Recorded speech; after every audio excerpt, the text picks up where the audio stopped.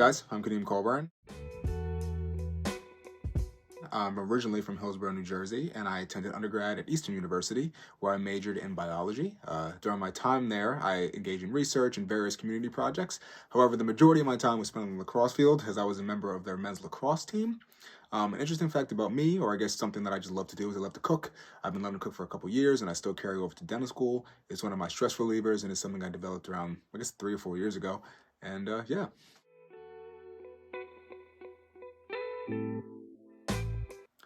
So dentistry wasn't really something I thought about until my sophomore year of college. I actually came into university with the idea of being a lobbyist, and a little bit different.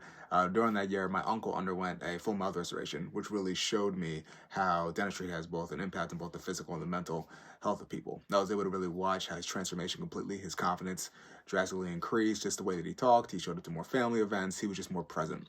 And I was really drawn to that aspect. I was really drawn to being part of a career that would allow me to touch people in that way. And through shadowing and just shadowing different clinics and volunteering, it just kind of further solidified my desire to have an impact on people in that way. So. The DAT I took about 5 months to study. The first 3 months were fairly relaxed, and the latter 2 months were more dedicated. The first 3 months were just really comprised of just me going over biology concepts such as taxonomy, things that I weren't too familiar with, just to get some repetition in. I didn't study too hard during that period. It might have been like an hour every other day just doing Anki flashcards and stuff, but it wasn't until the last 2 months that I really ramped up on the other concepts such as organic chemistry, general chemistry, and etc. To really focus on the DAT. 3 things that I found helpful that I recommend for students is definitely get DAT bootcamp. I feel like if any of these 3 tips, this is the one tip that I recommend you must do, is I felt the DAT bootcamp was very similar to the actual DAT, and it made taking the exam a lot easier. DAT Destroy was something I used towards the latter half of my studying. It was good. It was a little discouraging because it was pretty hard, but when I got to the exam, it was, nothing on the exam really scared me. And I think the third thing I would recommend is really take care of yourself. I took the DAT during the pandemic, or during the height of the pandemic, and that's when it was really easy to kind of just result to bad habits, or unhealthy habits, should I say. So I'd really recommend that you see your friends maybe on that Friday night, or you go exercise, or you still do the things that you like to do, because the exam is definitely a marathon. Although it feels like you're sprinting the entire time, you do have to pace yourself. And yeah, I would just recommend that you do those 3 things. You know, it's very hard to pinpoint, I guess, what exactly made me stand out over other applicants. If I had to guess, me being a student athlete, I guess showed a level of grit that I was able to balance academics and also my responsibilities on the field. I was fortunate that the biology department actually highlighted me for a Day in the Life series, that they followed me around campus and they filmed what the day in the life of a student athlete was, and they put it on YouTube. So that did come up in a couple of interviews, that video in particular. So I guess that was something that assisted me. And also I did a couple things post-graduation that helped. I'm a little older, I'm 26, so I took 3 years off. And during those 3 years, I worked at a hospital in the communications department, and I also pursued a post-bac to finish up some coursework that I wasn't able to in undergrad. And then during that time, I also took the opportunity to get a master's. So when it came to the application cycle, I guess that I had a good amount of breadth to my application. So I guess, yeah, if I had to pick those things out, I guess those would be what I felt like maybe helped me stand out above the. Penn dental interview day was very relaxed. It was much more relaxed than I expected it to be. I got an invite from Penn in October, I believe, and I was interviewed in December. It was actually my last interview. So it was kind of nice because by that time I already kind of knew what to expect throughout the interview process. It was a virtual interview where I met with 2 people. It was 2 one-on-one interviews. One was with the professor / dentist, and the other one was with a non-professor, and she was not a dentist. And we kind of just talked about life. One was supposed to be focused primarily on my application, but after 5 minutes, we quickly pivoted to just other things. And I think that made it just so much more enjoyable, being able to discuss various other parts of life and just really get to know one another.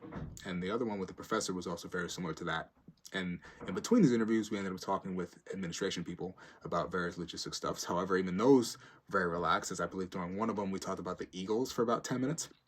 So it was a pretty good day. It was very nice. It was kind of chill. It was probably from like, I want to say about 8 to 3, if I remember correctly. So it wasn't too long.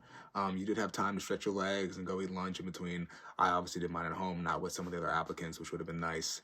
But yeah, it was a nice day, and it really helped solidify why I wanted to come here. They were super nice, and we just discussed anything. And I think that's really important when you know you can go somewhere where you're going to be so stressed, but you know with the people that you're with, you can kind of just get lost in conversation. So that was really important to me, and I think that really showed on my Penn interview. Two bits of advice I would give to somebody going through the interview process.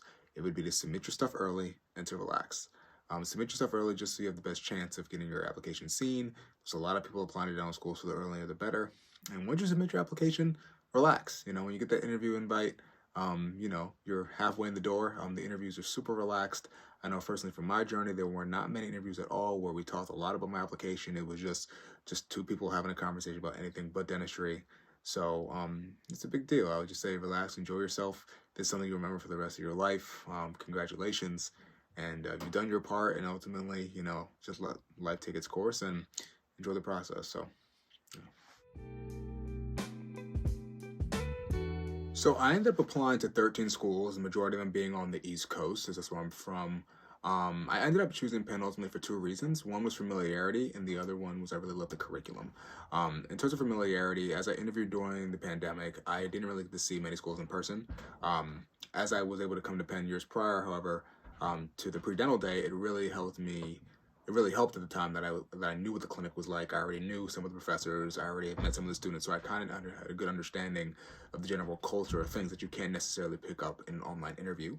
Hopefully anybody watching this, you don't have that same dilemma, but that really helped out. And also going to school 25 minutes away from here. For undergrad, I was quite familiar with Philadelphia, and especially with some of the work I've done in Philadelphia, I was very comfortable coming back and serving.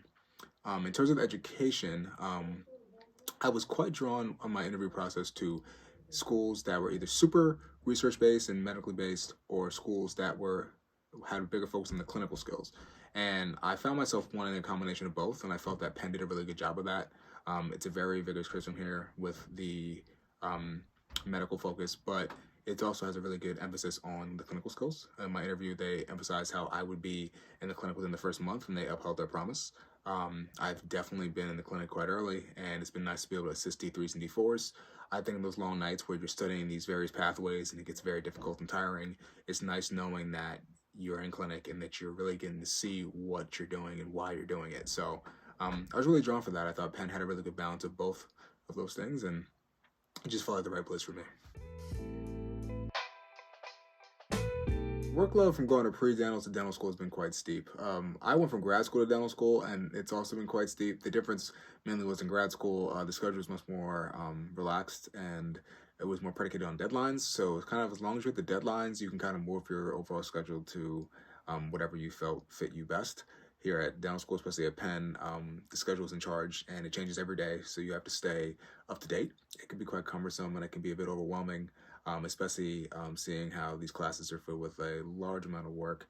The work isn't necessarily conceptually harder, but it is just a lot more of it, so it requires you to stay organized, it requires you to stay on top of it. Fortunately, I have a lot of classmates here that are very open to conversation, very open to being vulnerable, so we do work through these changes together. I've been fortunate that I have not felt imposter syndrome yet. However, I do have some classmates that have, and Penn has offered ample resources for us to really, I guess, open up and really get to come to grips with what we're going through right now. I've had a teacher personally reach out to me just to discuss any concern or something, just to make sure that I'm okay and I'm gonna be able to match the material. So yeah, it's been hard, it's been difficult. It does require a lot more organization. So if I could recommend if I recommend anything to anybody, it would be to get a planner and learn how to use it, and something I definitely need to work on. But yeah, it's manageable. It's just you really got to take it day by day. So I start my days off pretty early. I start my days around 6 o'clock in the morning. I eat breakfast and I try and get some reviewing before class. Here at Penn, we have classes from 8 to 5, Monday, Tuesday, Thursday, Friday. And on Wednesdays, we have clinic time and also lab where we're going and work on our hand skills. So those Monday, Tuesday, Thursday, Friday days was fully didactic. I wake up around 6 o'clock, get breakfast, get some reviewing, and I'm in class from 8 to 12. And there I have lunch from about 12 to 1, and then I'm in class from 1 to 5. And in the afternoon, it's either I go to the gym or I go hang out with some friends, or I study. I'm studying. And then on Fridays, it might be unpopular opinion, but I do like going into lab, and I kind of like working on my hand skills with a couple classmates of mine. It's kind of a nice, more relaxed way of focusing on a very important part of dentistry. Plugging some music and just kind of, I guess, go at it. So that's a pretty typical, I guess, week of a dental student here at Penn.